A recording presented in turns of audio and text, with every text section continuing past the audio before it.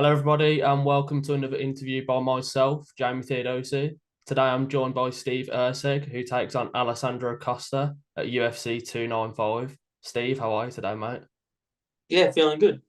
Good, good.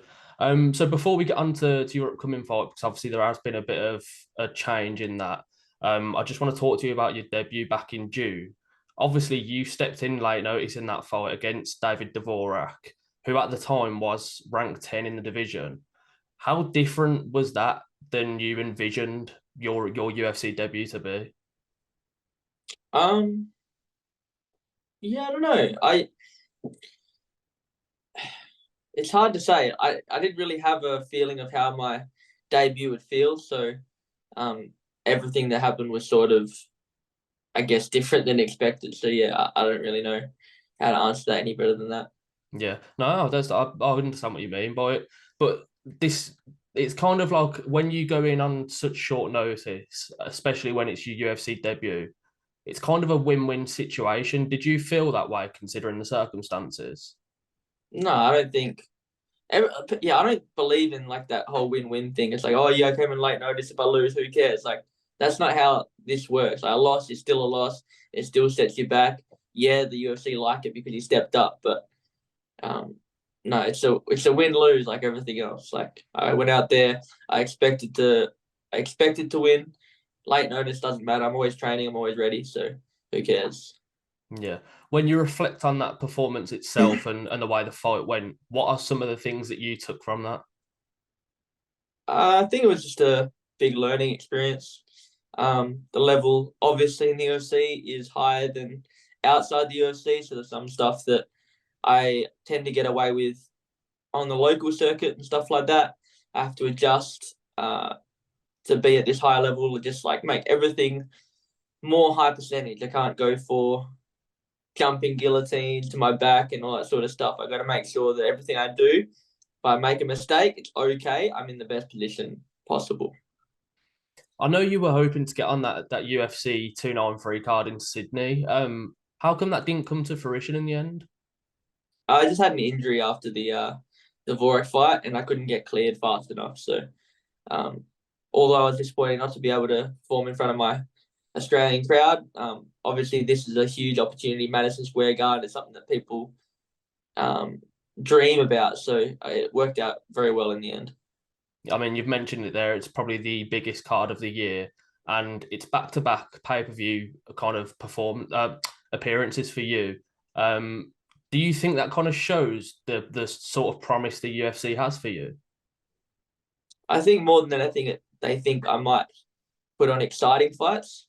And of course, I'm always looking to finish my opponent. I don't want to just lay and pray and win on points. I mean, I'll make it boring for a short period of time, trying to get my timing, all that sort of stuff. But a finish always feels better. So that's what I'm always looking for. I mean, I wouldn't say boring at all. I mean, even in your last fight, you picked up that performance bonus. Is that something you're looking to do again this time out?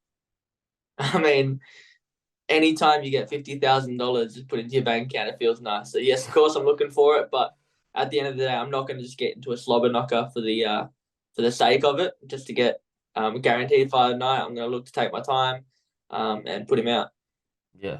Well, let's get on to obviously the fight that's coming up then, because it has been a kind of hectic few weeks for you, I imagine. Obviously, originally scheduled to take on Matt Schnell, who was someone that you called out originally. That's the name that you called that you wanted. You got that name. How disappointed were you when you found out that he wasn't able to fight? Yeah, I was very disappointed. Obviously, he had that number 10 next to it, or number 9 next to his name, which is helps move you forward in the rankings and stuff like that. So I was disappointed on that regard. But this fight, although he doesn't have a ranking, he is very tough. So I know that if I beat him, I must be pretty good. Was there a kind of element of surprise when the UFC sent a contract of Matt Schnell's name on? Because I know you said after your last fight that you don't think they'll give you someone inside the top 10. So were you surprised when they kind of afforded you that? No, so I said that I would be surprised if they put me inside the top 10. I Ah, thought right. that, yeah, I thought that it sort of made sense to um, fight the guy I was supposed to fight was going to fight. If that makes sense. Yeah. And yeah, as stupid as it sounds, like he walked out to my walkout song a couple of times. Yeah, one or two times. So, I just thought it was a funny little storyline, and I thought there was a good chance they'd give me that fight. Yeah. So obviously Alessandro Costa's the man this time around. Was there any other names that were kind of thrown your way, or was it just literally he's the only guy that we can get? So do you want to carry on and fight? That yeah, as far as if they had on there, I don't know. They asked me, "Do I want to fight Alessandro Costa?" I said, "Yep," and we moved on. So that was it. Yeah. I mean, you are a self-proclaimed MMA nerd. I've heard you say it before. Um, with that being said, how much do you know about Costa and his sort of style? I've watched a lot of his fights now. Obviously, I didn't realize who he was straight away by the name, but I had seen him fight Jimmy Flick before, so I remember that fight. Obviously, looks very impressive in that fight.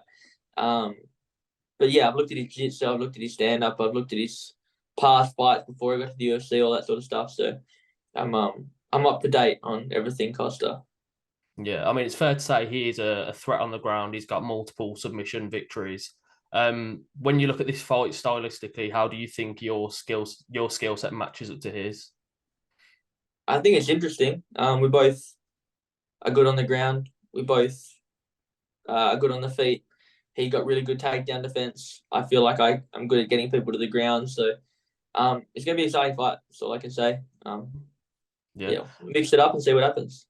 definitely. And obviously we've got the flyweight title fight coming up towards the end of the year in December. We've got Yeah, Alessandro Pantoja against Brandon Royval. How do you see that fight going? I really don't know. Pantoja is just unbelievably tough and obviously got great jiu-jitsu. And I thought he was tired in the Moreno fight after the second round. He just kept pushing, kept pushing. So yeah, I don't know how that one goes. I'm excited to watch it. That's for sure. Yeah. And before I clicked record on this, we kind of chatted a bit about the fact that you have been in New York since Tuesday. Did you feel it was important to get there as soon as possible to kind of adjust to the time zone and that sort of thing? Yeah, especially with how long the flight is. I think the time zone, just like getting you're sitting down for 30 hours to get here. So just to get your legs back to moving and your body back to moving, like loosen up your back, all that stuff. Yeah, I think it's important to get here early. Yeah.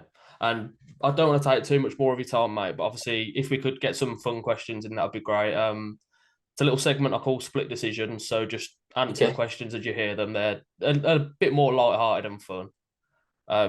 So the first one is, if you could change or add one rule in MMA, what would it be? Definitely change the 12 to 6 elbows. Yeah, that is the most popular answer for sure. Yeah. So many fighters say that. Is it Yes. because I mean, you can cause as much damage with any other elbow Mm. as that one, can't you? It's just like, why is it a It's thing? just yeah, I just don't understand it. So Yeah, moving it on. Yeah. is. Yeah. Um, if you could only eat one more meal for the rest of your life, but it gave the perfect nutrients, what would you eat? Probably sticky date pudding, I reckon. What was that? Sticky date pudding. Sticky date pudding. What is that? Yeah, so it's like a muffin. It has like chocolate and dates in it, and then you put like some caramel sauce on it and some ice cream. Ooh. Delicious. So it's like a dessert sort of It's a dish. dessert, yeah, for sure. Right, okay. Right. You are at training and someone gives you the aux chord. You can only play one song. What do you play? um, what song do I play? I would play. That's a good question. I don't know, eh? Um, It's a tough one because you're in the gym as well. Like you've got to kind Nine to of Five by Dolly Parton. wow. That's that's like a I was not expecting that at all. Like you're training and you're playing 9 till 5. Yeah, for sure. I mean, I like it. I rate it. What was your first job?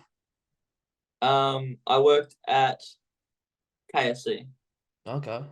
If you could make the perfect fighter using fighters from past and present, who would you use for attributes of grappling, striking, heart, and IQ?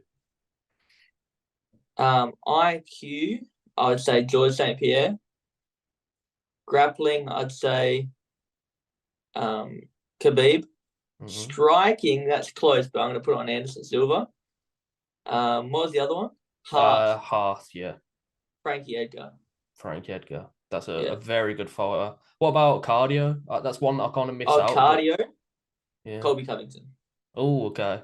What about Yeah. have you got any predictions for that fight coming up in December as well between him and Leon Edwards? Any predictions for that? Look, I also underrate Leon Edwards, so I would originally say Colby Covington, but after his last fight with Usman, and seeing how he stopped the grappling there, I don't know. So I'm gonna Yeah. say Colby, but it could go either way. Yeah. It's a very tough fight to call, it's got to be said. If you could travel to any place in the world, where would you travel to?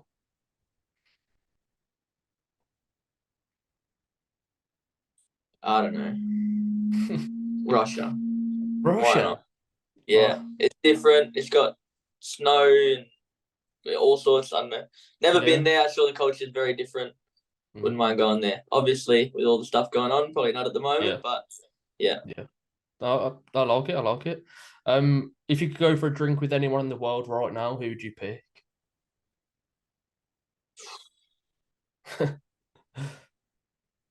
I'd love to talk to drink Taito Vasa. He'd be Yeah. so fun to go have a drink with. Yeah. Yeah. I mean, that's we've got to make that happen, surely. That we can make that happen, surely. We'll find out. Maybe one day. Yeah. And then the last one, mate. How does your fight go down with Alessandro Costa at UFC 295?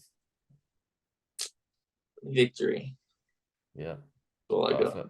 Perfect. Yeah. Well, I really appreciate your time today, mate. I know you've obviously got a busy week ahead, so I appreciate you taking the time out. Anything else you want to add at the end? The floor is yours. No, good. Appreciate your time and yeah, have a good one. Perfect. Have a good rest of your day, mate, and good luck. See you later.